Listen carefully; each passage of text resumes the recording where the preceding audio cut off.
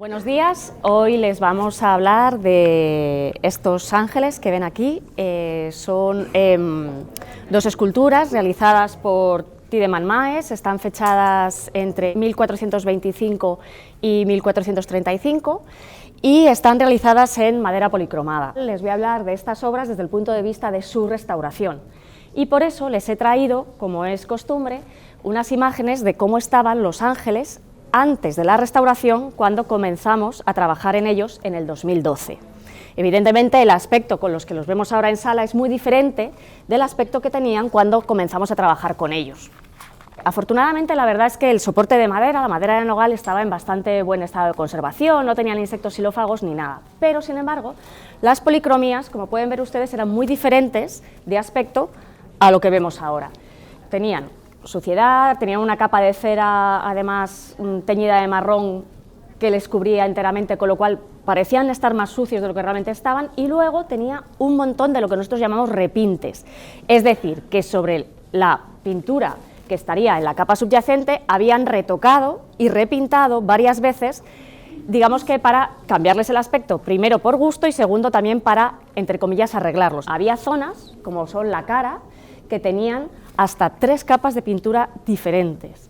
Luego, por ejemplo, había zonas, aquí se ve muy bien en la cruz, si se fijan ustedes, la cruz tenía 2 capas, el marrón de abajo y luego el verde de arriba. Todas estas capas de pintura lo que hacían, además de no transmitirnos la obra en el aspecto que debería de tener, como está aquí, pues muchas tenían muchísimo grosor, con lo cual hasta incluso la talla, la finura de la talla se veía comprometida, es decir, se veía ocultada. La extremada calidad que tiene la talla, por ejemplo, de las caras, tienen hasta incluso el lagrimal del ojo tallado. Y sin embargo aquí, pues imagínense ustedes, pintura sobre pintura sobre pintura, ya cogiendo grosor, pues todas esas cosas nos las perdíamos. Entonces, ¿qué es lo que hicimos desde el punto de vista de restauración? Pues eliminar todas esas capas de repintes para poder llegar a la capa subyacente y verlas como las vemos hoy. La verdad es que no es una labor sencilla, pero se basa en disoluciones selectivas, es decir, yo quiero eliminar las capas que quiero quitar respetando las de abajo, entonces voy a utilizar disolventes o métodos de limpieza que me ayuden a quitar lo que yo quiero, pero me respeten lo que quiero conservar. En este caso, por ejemplo, hicimos un montón de limpiezas con geles. ¿Por qué? Si lo aplico en fase gel, lo que hago es que solamente estoy actuando sobre la capa de arriba, que es la que quiero quitar, y vamos de una en una hasta que llegamos a esta que vemos aquí. Una vez que eliminamos los repintes, pues nos encontramos que, claro, muchas de estas aplicaciones de pintura lo que estaban tapando eran daños, donde faltaba la capa pictórica. Entonces, después de eliminar los repintes, lo que hicimos fue un trabajo de lo que nosotros llamamos reintegración cromática. En restauración, aquí en el museo, pues la restauración tiene unas necesidades propias en cuanto a la reintegración cromática, es decir, en cuanto a poner color donde falta, que es que sea reversible y que sea discernible. En este caso, elegimos como técnica discernible aplicar el color a regatino, que es una técnica de restauración que es aplicar el color a rayas. Por ejemplo, ¿dónde se había perdido más oro? Vamos a decirlo así, pues donde más sobresale la talla, en todas las crestas de los pliegues. La restauración siempre tiene que ser discernible para que se distinga lo que es original de lo que no. También, debido a este estado de conservación tan paupérrimo que tenían las obras, sobre todo el que estaba bastante peor era aquel, se decía que este ángel sí que era mano del tallista maestro y que sin embargo aquel se podía considerar que era de calidad inferior, que quizá era una obra más de taller, más de otras manos o hasta incluso un añadido posterior. Porque evidentemente hacen pareja, son 2 ángeles de la pasión, uno está cargando la cruz, el otro carga la columna y si se fijan los dos están sujetando un telón. En este caso se supone que serían parte de una composición mayor con un panel central, pero es verdad que ese panel está perdido. Al estar ese panel perdido, pues, y considerando las supuestas diferencias de calidad que se observaban viendo los estados de conservación iniciales, pues aquel ángel estaba puesto en duda. Bueno, gracias a la restauración, hoy en día que ya están restaurados, es verdad que no se aprecia ninguna diferencia de calidad entre uno y otro. Pero no solamente por eso, sino porque ustedes saben que siempre que llevamos a cabo una restauración se hace un estudio en profundidad histórico y técnico de las esculturas.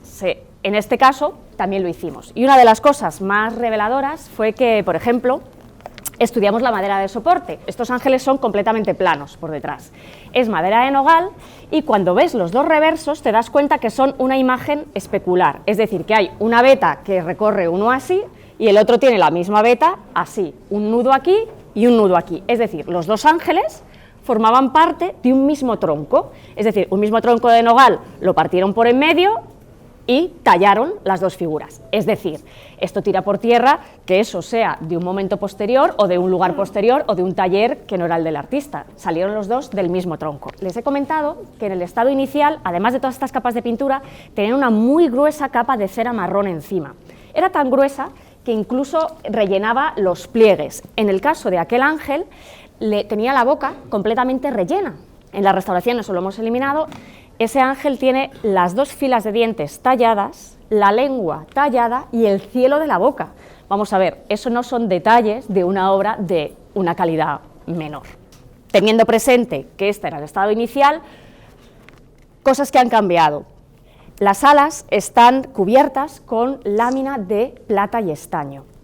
¿Qué es lo que pasa? Que la plata y el estaño no es un metal noble como el oro. Las túnicas están doradas. Donde ha faltado el oro, hemos reintegrado con color, pero sin embargo, aquí pueden ver ustedes un esquema de cuadrados que lo que indica es dónde estaban las láminas de plata y estaño superpuestas unas con otras. ¿Qué es lo que pasa? Que no es un metal noble, se oxida y está tan deteriorado que tiene este aspecto como marrón negruzco. Pero este hubiese sido originalmente su aspecto, imagínenselo usted plateado. Tenemos un dorado ejecutado al agua, las carnaciones ejecutadas al temple, las caras de los dos, porque han cambiado hasta incluso su expresión facial. La capa más superficial era esta un poquito grisácea, y aquí se ve que se ha empezado a caer y ya vemos una capa subyacente. Y si se fijan ustedes, hay dos cejas, una la que está más arriba y otra la que está de la pintura que está debajo y empieza a asomar. Entonces, de hecho, les ha cambiado hasta la expresión. Además, están firmados, lo cual es rarísimo para una obra de este estilo y de esta época.